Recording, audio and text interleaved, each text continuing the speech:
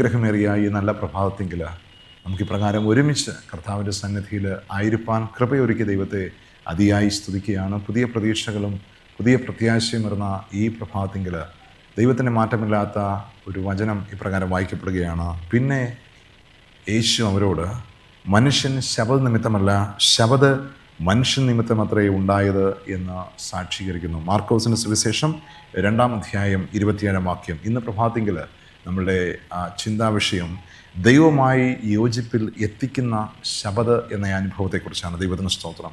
ബെത്സയിദയിൽ കർത്താവായ യേശു ക്രിസ്തു ചെയ്ത ആ സൽപ്രവൃത്തിയെ അവിടെ കൂടപ്പെട്ടതായ പരീശന്മാരും മറ്റുമൊക്കെയും കുറ്റപ്പെടുത്തിയപ്പോൾ ക്രിസ്തു തിരുവചനത്തിൻ്റെ ആഴത്തിങ്കിലേക്ക് പ്രവേശിക്കുകയാണ്.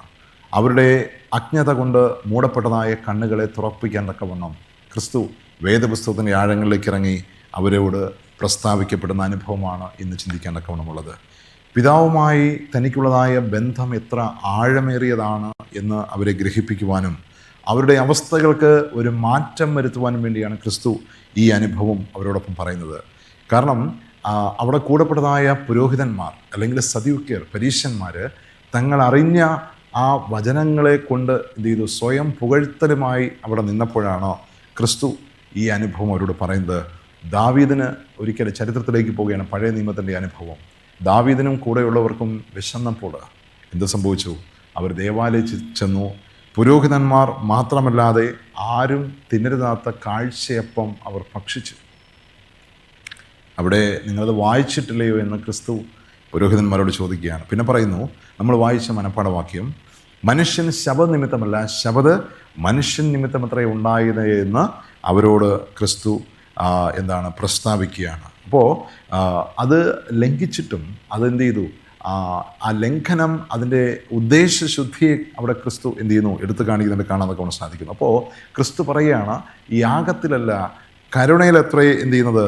ഞാൻ പ്രസാദിക്കുന്ന ദൈവം. സ്തോത്രം. കരുണയുള്ള ദൈവത്തിൻ്റെ ആ ആഴത്തെക്കുറിച്ച് ക്രിസ്തു ഇവിടെ പ്രസ്താവിക്കപ്പെടുകയാണ്. ദൈവത്തിന് സ്തോത്രം. നിങ്ങളെന്ത് ചെയ്യണം? നിങ്ങളുടെ ആരാധനയെങ്കിൽ, നാം വിശുദ്ധ ശബത്തിൻ്റെ ആരാധനയിലേക്ക് നാം നിൽക്കുമ്പോൾ നാം മറ്റുള്ളവരോട് ആയിരിക്കുന്ന അനുഭവം ഇപ്രകാരമാണ്. അവരെ കരുണയുള്ള കണ്ണുകൊണ്ട് അവരെ കാണുവാനും അവരെ ചേർത്ത് പിടിക്കേണ്ടതിൻ്റെ ആവശ്യകതയെക്കുറിച്ച് ക്രിസ്തു ഇവിടെ സാക്ഷീകരിക്കുകയാണ്. അപ്പോൾ ദൈവം വിലമതിക്കുന്നത്, ദൈവത്തിൻ്റെ സന്നിധിയിലെ ആരാധന എന്താണെന്ന് നാം പരിശോധിക്കുമ്പോൾ അത് സ്നേഹത്തിൻ്റെയും സഹനത്തിൻ്റെയും ശുശ്രൂഷയായിട്ട് എന്ത് ചെയ്യുന്നു? ഇവിടെ അത് ഉയർത്തിക്കാണിക്കുകയാണ്. ആചാരങ്ങളുടെ അനുഭവമാണ് ഒരുപക്ഷെ അന്ന് അവിടെ കൂടി നിന്നവർ എന്ത് ചെയ്തത്? ആ എഴുതിയിരിക്കുന്ന ലിഖിതങ്ങളിൽ നിന്നുകൊണ്ട് അവർ ചിന്തിച്ചപ്പോൾ ക്രിസ്തു ആ വേദപുസ്തകത്തിലെ അന്തസത്ത, വേദപുസ്തകത്തിലെ ആഴം എന്ത് എന്ന് അവർക്ക് പറഞ്ഞു കൊടുക്കുന്ന മനോഹരമായ ഒരു അനുഭവത്തെക്കുറിച്ച് ക്രിസ്തു അവിടെ വാചാലതയോടെ അവിടെ ക്രിസ്തു സാക്ഷീകരിക്കുക. നിങ്ങളുടെ ക്ഷീണിച്ച ആചാരങ്ങൾ, നിങ്ങളുടെ മുരടിച്ചതായ കാഴ്ചപ്പാടുകളല്ല, പിന്നെയോ മറ്റുള്ളവരെ ചേർത്ത് പിടിക്കുന്നുള്ളതായ അനുഭവം, ആ സ്നേഹം എന്ത് ചെയ്തു? അവരിലേക്ക് അറിയിക്കുന്നതിലൂടെ ക്രിസ്തുവിനെ നിങ്ങൾക്ക് ദർശിക്കുവാൻ തക്കവണ്ണം കഴിയും, ക്രിസ്തുവിനെ നിങ്ങൾക്ക് മറ്റൊരാൾ കാണിച്ചു കൊടുക്കാൻ കഴിയും എന്നതായ അനുഭവമാണ് ദൈവത്തെ യോജിപ്പിക്കുന്ന അനുഭവമായിട്ട് ഇവിടെ ശബത്തിൻ്റെ അനുഭവം അവിടെ നിൽക്കുകയാണ്. ആ ഒരു പ്രക്രിയ, ആ ഒരു പ്രത്യാശ നമ്മിൽ ഉളവാക്കാൻ കഴിഞ്ഞുവെങ്കിൽ നമ്മുടെ ഓരോ ശബദാരാധനകളും അത് സ്വർഗീയ അനുഭവങ്ങളാക്കി മാറ്റുവാൻ കഴിയും എന്നൊരു സന്ദേശമാണ് ഇതിൻ്റെ പിന്നിൽ നിൽക്കുന്നത്. അങ്ങനെയെങ്കിൽ പ്രിയമുള്ളവരെ, നമ്മുടെ ഓരോ കൂടിവരവുകളും നമ്മുടെ ശബദാരാധനയും അത് ക്രിസ്തുവിനെ മറ്റുള്ളവർക്ക് ദർശിക്കുന്ന അനുഭവത്തിലേക്ക് ഉയർത്തുവാൻ തക്കവണ്ണം നമുക്ക് ശ്രമിക്കുവാൻ ദൈവം നമ്മെ അതിനായി ഒരുക്കട്ടെ എന്ന് ആത്മാർത്ഥമായി പ്രത്യാശിച്ചുകൊണ്ട് ഒരു നിമിഷം നമുക്ക് പ്രാർത്ഥിക്കാം. ദൈവം നമ്മെ അനുഗ്രഹിക്കട്ടെ. സ്നേഹവാനായ ഞങ്ങളുടെ നല്ല ദൈവമേ, നന്ദിയോടെ സ്തോത്രം. അങ്ങയുടെ ശബദാരാധന എന്ത് എന്നതിനെക്കുറിച്ച്, അങ്ങയുടെ ദിവസത്തിൽ ഞങ്ങൾ എപ്രകാരമാണ് ആയിരിക്കേണ്ടതിനെക്കുറിച്ച് ഇന്ന് പ്രഭാതത്തിൽ ഞങ്ങളോട് ശാന്തമായി സംസാരിച്ചതിനായി സ്തോത്രം. ഞങ്ങളത് കേൾക്കുക മാത്രമല്ല, ഞങ്ങൾ മറ്റുള്ളവരിലേക്ക് ഇറങ്ങിച്ചെല്ലുവാനും അവരുടെ കരങ്ങളെ പിടിക്കുവാനും അവരെ ക്രിസ്തുവിങ്കിലേക്ക് ആനയിക്കാൻ തക്കവണ്ണം ഞങ്ങളെ ഒരു പ്രത്യേക സമ്പത്തായി വിളിച്ചിറക്കിയിരിക്കുന്നതിലേക്കായി സ്തോത്രം.